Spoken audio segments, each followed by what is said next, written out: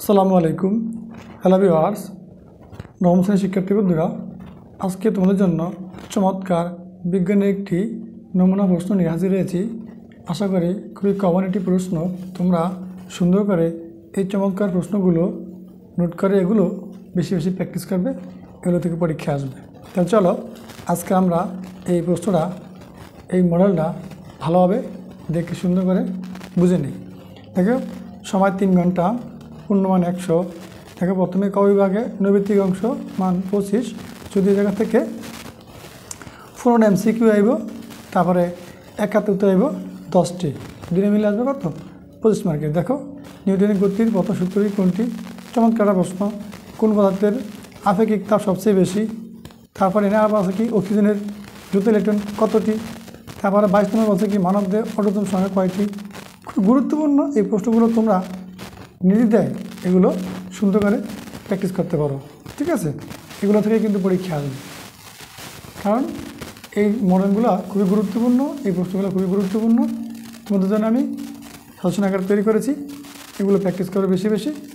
এবং এই ভিডিওগুলো আমাদের ম্যাথ এডুকেশন ইউটিউব চ্যানেলে পেয়ে যাবো, তার সাথে সাথে ম্যাথ এডুকেশন ফেসবুক পেয়ে যাবা। তারপর দেখো, এ বলা আছে খ বিভাগে সংক্ষিপ্ত প্রশ্ন।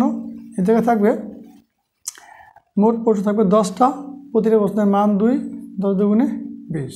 ঠিক আছে, দেখো খুবই এই বিজ্ঞানের এই প্রশ্নগুলো খুবই গুরুত্বপূর্ণ এবং কমন। তোমরা এই প্রশ্নগুলো দেখে অবশ্যই এগুলো কিন্তু প্র্যাকটিস করতে ভুলবে না, এগুলো বেশি বেশি প্র্যাকটিস করবে। আর জিনিস খেয়াল রাখো, আবার তোমাদের অনুশীলনীর আমার সবগুলো অধ্যায়ের ভিডিও আমার এই ম্যাথ এডুকেশন ইউটিউব চ্যানেলে ফেসবুকে দেওয়া আছে। তোমরা দুই জায়গায় ভিজিট করে এই চমৎকার ভিডিওগুলো দেখে নেবে। তারপর খ বিভাগে বলছে রচনামূলক প্রশ্ন দৃশ্যপটবিহীন। এখানে আবার এই যে কোনো 3টি প্রশ্ন উত্তর দাও, 3 ভাষা 15 মার্ক। এই জায়গায় 5টা প্রশ্ন দেওয়া আছে, 3টা প্রশ্ন উত্তর দিতে হবে, কোনো দৃশ্যপট নাই, শুধু প্রশ্ন দেওয়া আছে, তার উত্তর দিতে হবে। 3 নম্বর আছে কি, দেখো মোমবাতির দহনে ভৌত রাসায়নিক উভয় ধরনের পরিবর্তন হয়, ব্যাখ্যা করো। এই চমৎকার প্রশ্নগুলো খুবই গুরুত্বপূর্ণ কমন বার্ষিক পরীক্ষার জন্য। তোমরা এগুলো অবশ্যই বেশি বেশি প্র্যাকটিস করবে, এগুলো থেকে পরীক্ষা আসবে। ঠিক আছে, তারপর দেখো ঘ বিভাগে বলা আছে রচনামূলক প্রশ্ন দৃশ্যপট নির্ভর। এই যে কোনো 5টি প্রশ্ন উত্তর দাও, একটা প্রশ্নের মান 8 করে ভাষাটা 40। ঠিক আছে, এগুলো একদম NCTV সিলেবাস অনুযায়ী রচিত প্রশ্ন। তোমরা এই প্রশ্নগুলো সুন্দর করে অবশ্যই প্র্যাকটিস করবে। দেখো, তারপর এই জায়গায় বলা আছে, তাকে 5 নম্বর বলা আছে কি 10 ডিগ্রি সেলসিয়াস তাপমাত্রায় বর্গাকার একটি তামা ও একটি ইস্পাতের পাতের প্রতিটির ক্ষেত্রফল 9 মিটার স্কোয়ার।